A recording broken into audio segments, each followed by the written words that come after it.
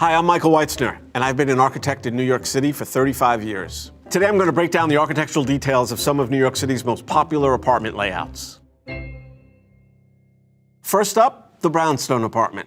So a brownstone is just one house in a series of row houses along the street that's actually made out of brownstone, which is a type of sandstone. So where do you find brownstones? You find them all over New York. You find them all over Brooklyn, the Upper East Side, the Upper West Side, Harlem. They were the residence of choice of developers in the mid-19th century. Let's take a look at one at 29 West 88th Street.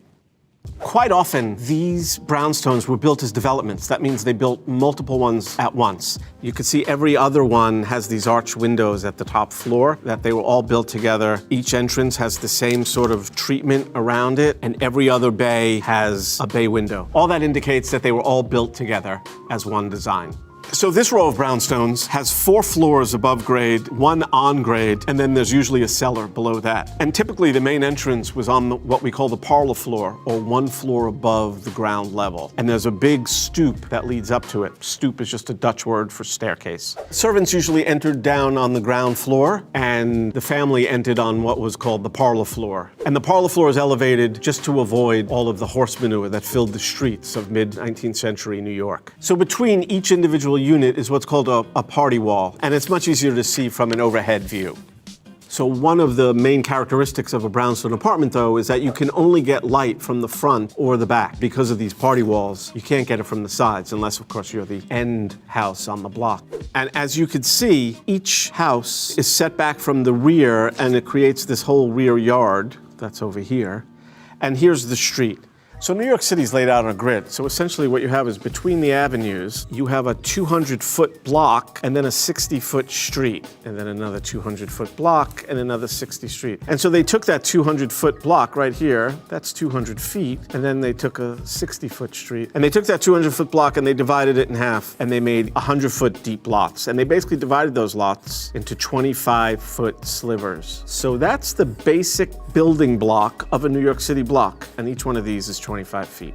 And 200 plus 60 is 260, and if you multiply that by 20, you pretty much get a mile, and that's why 20 New York City blocks is considered 1 mile. So you'll notice in these overhead shots that there's no alleyways behind these rows of houses, and that's the reason why you see all the trash piled up on the front side of the street, because there was no alleyway to put the trash in the back.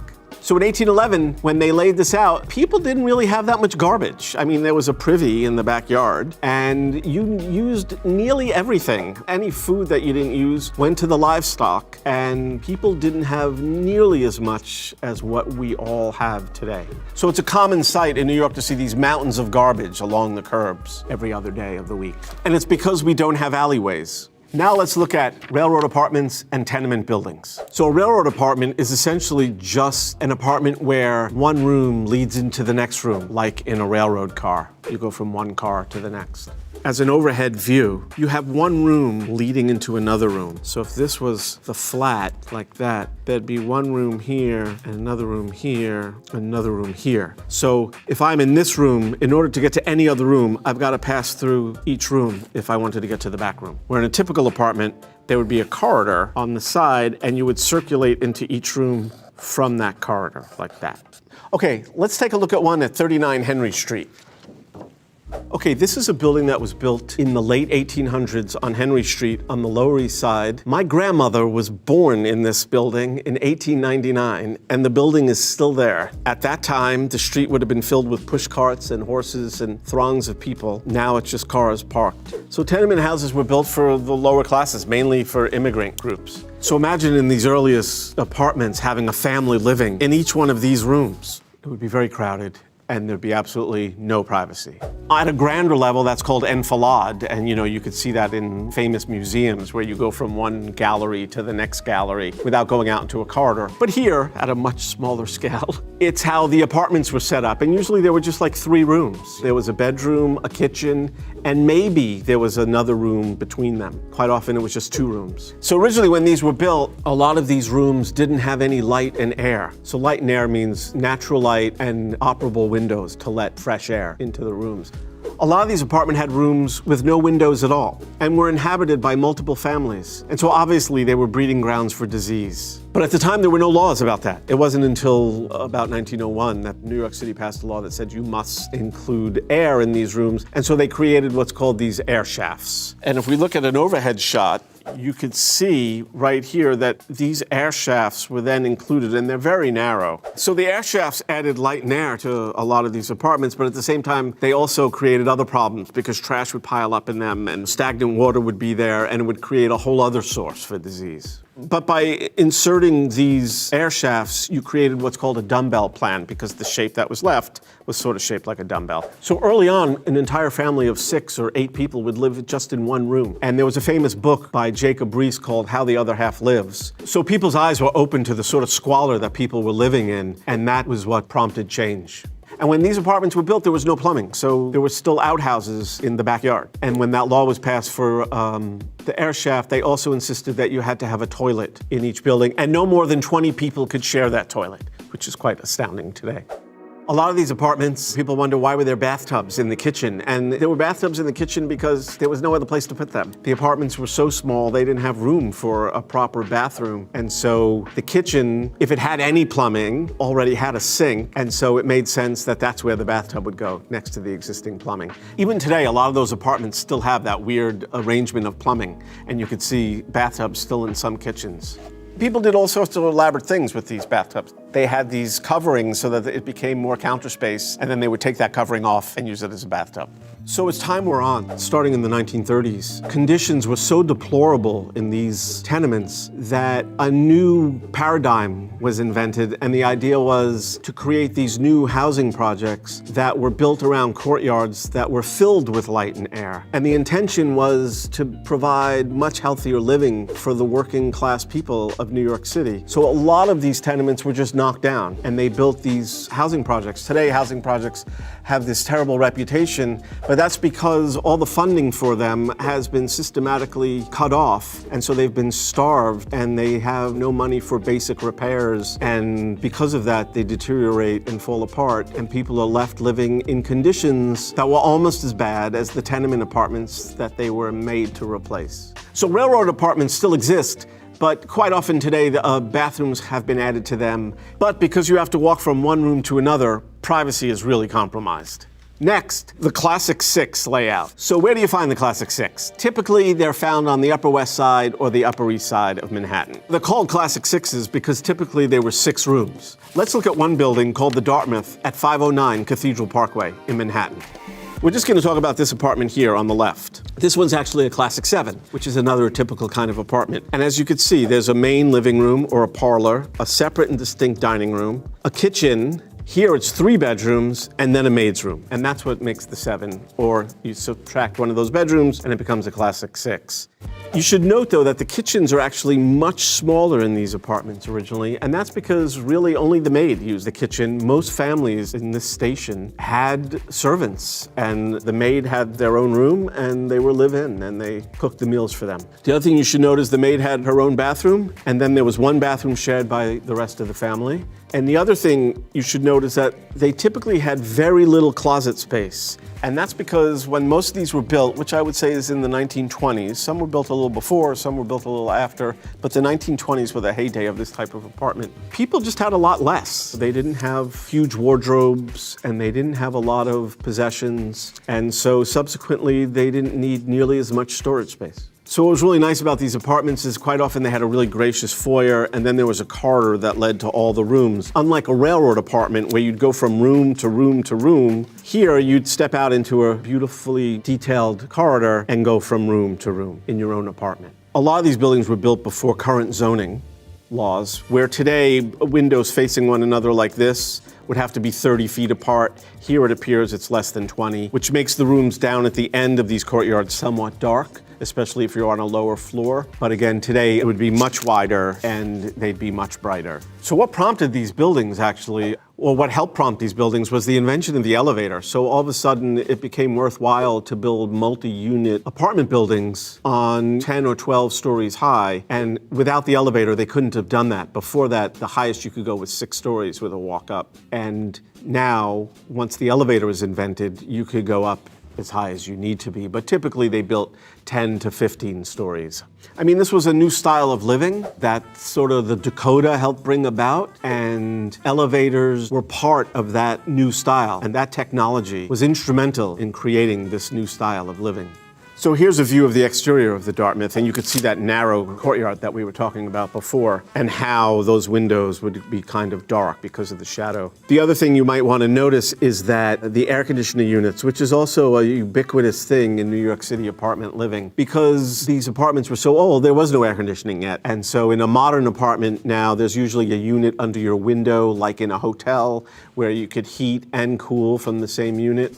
Back then, these apartments were only built with heat. It was steam heat, and it was very ample, and still is. New York City is known for the super warm apartments. But air conditioning wasn't something that they had, and so window units became the way that people cool their apartments in the summer. Next up, loft apartments.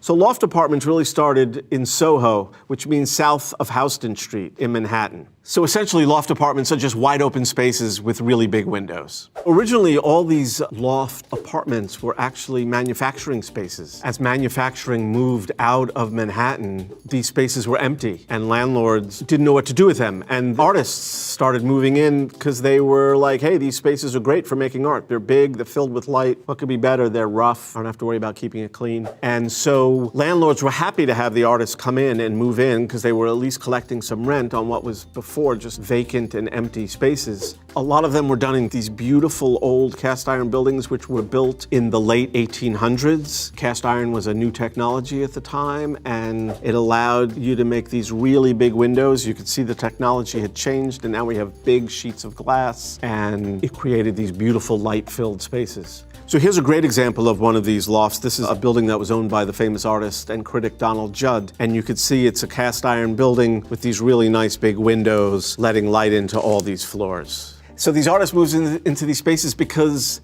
these spaces became available at the same time that art and paintings were getting bigger and bigger.